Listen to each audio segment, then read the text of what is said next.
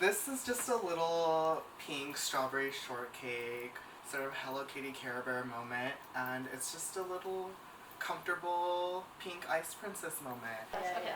Also, are my earrings like interfering with the sound? Yeah, but I want you to like keep your ears on. Sure. My name is Ravi Ranawaka. I'm a first-year MA student in Asian American Studies here at UCLA, and I'm really into fashion and fashion styling. That's my art. So I basically got into fashion styling because when I was younger, my parents wouldn't really let me express myself through fashion. They would like lay out all my clothes for me and I would kind of have to just wear whatever was given. But later on, as I kind of like discovered like the art of fashion and like saw these really cool people wearing really cool pieces of clothing, I kind of wanted to like emulate that a little bit. So I would like cut up my mom's saris, which she hated. Those are expensive. Those are from Sri Lanka. And I would like drape them over myself and I would just like walk a runway and feel really fabulous in my apartment. Because in Sri Lanka, my dad used to work in a garment factory. So he associates fashion with like wage slave labor and like garment factory production. And he doesn't want that life for me. But the way I see it in a more like artistic way and a more like ethical way is to finding ethically sourced clothing and putting it together on the human body. Like that is like what I see as an art form. I think my Sri Lankan background directly influences my styling practice. I really strive to decolonize fashion, and when I style people, especially people who are of like Sri Lankan heritage or Desi clients, like I really want to make sure a bit of their culture is infused with the outfit. So as a stylist, instead of focusing on the garments themselves, I focus on creating a piece of art from the entirety of the outfit. So I focus on like jewelry, I focus on earrings, I focus on like the different garments and fabrics that reflect each individual's cultures. So I really try to take that into consideration.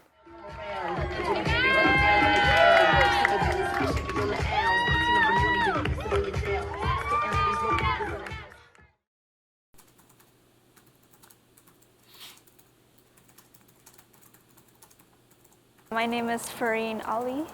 I like to creatively write, and as of right now, my favorite form is the novel. I just haven't like seen like Bengali like Western histories being told as much, you know, or like or even like Bengali Muslim histories being told as much, because on one hand, you know, Western is very whitewashed, and on the other hand, anything Muslim is very Arabized, and you don't really like see like South Asian narratives as much. Just a few years ago, I don't know if I was capable of writing a novel because of the length of it. My second book, I rewrote the whole thing with the same characters but with a different plot and stuff. And the thing is, like, one reason I was able to rewrite it is because I kind of went through this period where I was basically like looking for non-Western media to watch. I came across this anime and it was called Banana Fish, and her work made me more fearless in my writing because she talks about such taboo topics. Like I should have put you in the mode, I'm sorry. No. I can go back, okay, it's fine.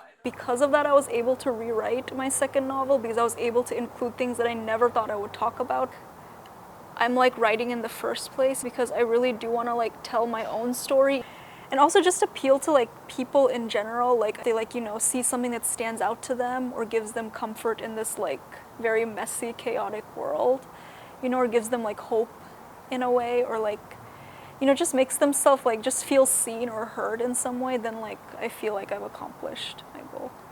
And whatnot, and then yeah. And so like, and then it goes onto the streaming platforms, and you just choose release date. Hi, my name is Shaylin Dawkins. I'm a film and television major here at UCLA.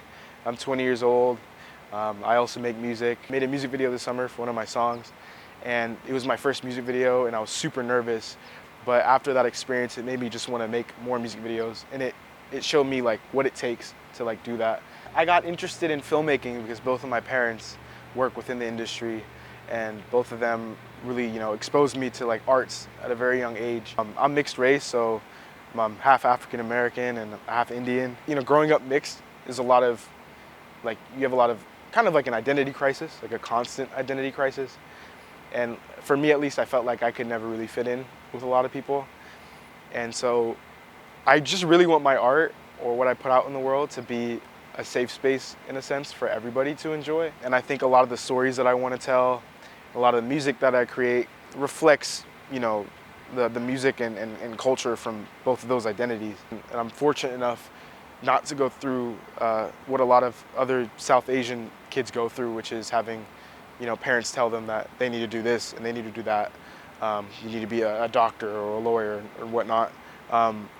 And I think, you know, I personally never had to live through something like that, but my mom did, and she, you know, she left home to really pursue her dreams in filmmaking, and not on the best terms with her parents and her family. So I think if she were to limit me in that way, I think it would be, she'd be kind of going against her own word and her own, you know, values. My mom especially would always remind me about, you know, my identity and who I was and where I was from and where our family was from.